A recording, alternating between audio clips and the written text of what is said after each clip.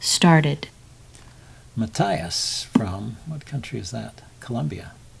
So against e4, I played e5 recently. Let's try another Sicilian then.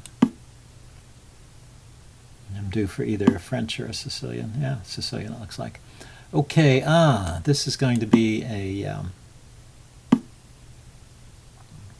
I normally decline the Smith-Morra gambit, but I'm going to accept it this time just to, for the sake of adventure. I can talk about how I decline it in another video. So this pawn is maybe coming forward at some point to e5. So knight f3 is a logical move, and d6, I think this is okay. I don't know. I don't have a line against this. I just know this move, e5, is disruptive. It sort of disorganizes black's pawns a bit. So I'm going for this small center setup, and I'm delaying the development of the knight because he's going to play e5 at some inopportune time, and when the knight is on f6, it's pretty annoying. Although I guess it's okay here. I'm gonna go ahead and allow it.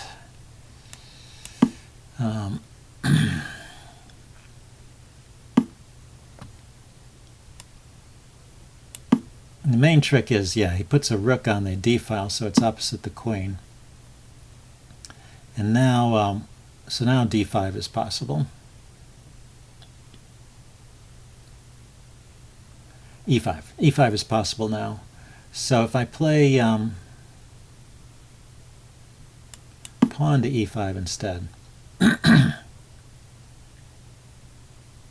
then if he takes with the knight, I can take back with the knight. This pawn is still pinned. And I want to move the queen off the d file, but if I move the queen to c7, he's always got the move knight b5.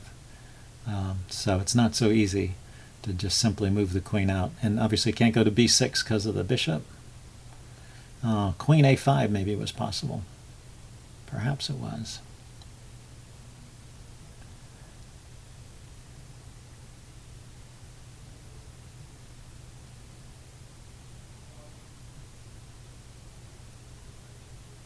But I would like to get in the move a6 if I can.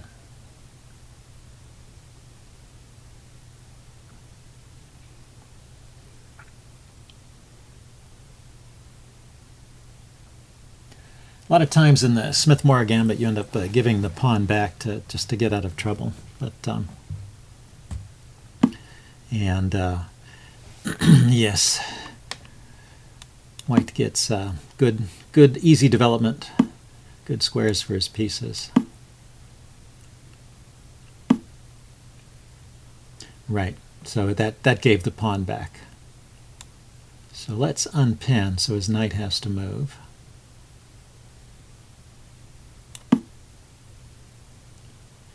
And see where it goes. Here, here, here, here, here, here, here.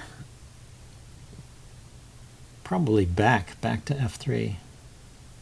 I could consider c4. And these other squares make sense to me.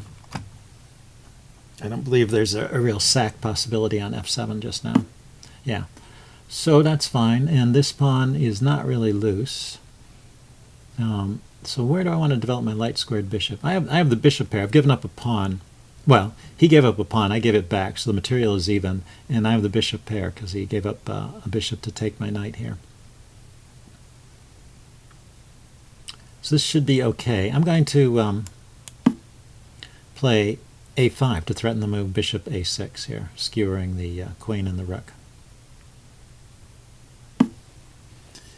And yeah, he's going after my d-pawn, which is adequately protected at the moment. So let's go ahead and throw in the skewer. That's a good example of just ignoring your opponent's ideas, which is not always good. You should at least recognize them. Even if you choose to ignore them, you should recognize them first and then decide whether it's safe to ignore them if you have a good counter. So he runs away. I'm going to grab the exchange here. And then why not just defend this pawn, attack the bishop. Knight to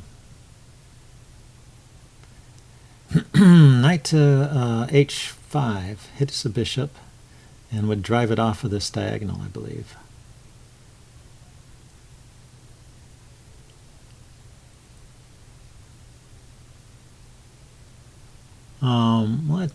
Let's develop a rook first. Let's get a rook on a good central square. I still can play knight h5 on the next move if I want to, and then after that, if his bishop moves off the diagonal, then I have the move d5 perhaps. Maybe not. There's going to be a pin on the c file. Oh, okay, so he's going for that directly.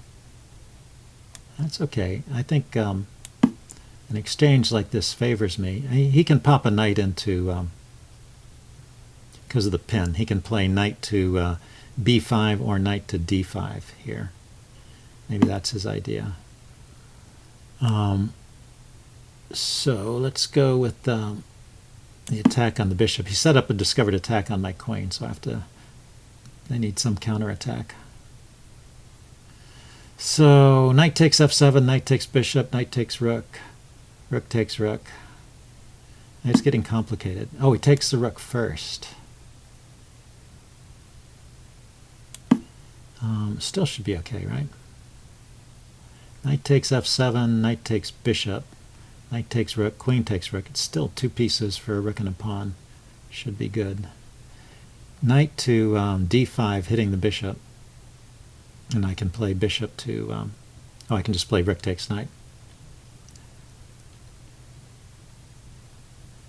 So knight to d5 is off. He could play knight to b5, but I don't see that as leading to anything great.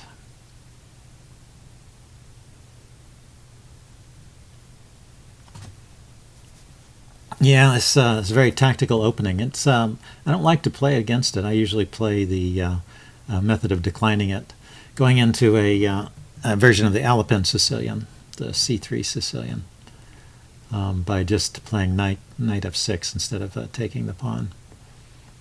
And that's the way I play in slow games, because yeah, you know, it's an entertaining gambit. So for the sake of the sake of the channel, I will play it in a Blitz game.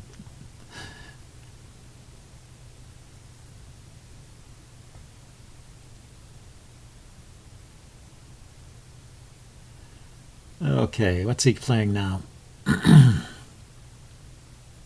he may be in a little bit of trouble. If I take the bishop, his knight is undefended. He can just defend the bishop, knight takes, queen takes. Or defend it with a pawn even. Okay, defended it with a queen in a very active way too.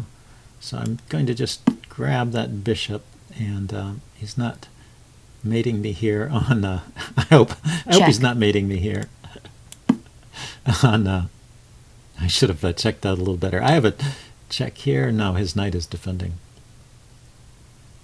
His knight is defending. Okay, so that was not maybe the swiftest way to play. So I need to protect this square f7. He was threatening knight to f7 check, but this oh, he still has knight f7 check. Yeah, okay, so he should win now. Knight f7 check. Or knight to g6 check. Just loses the queen. Okay, well, interesting tactics. I'm going to resign here and upload the game. Black resigns. So I hope you guys enjoyed that, and see you later. Bye.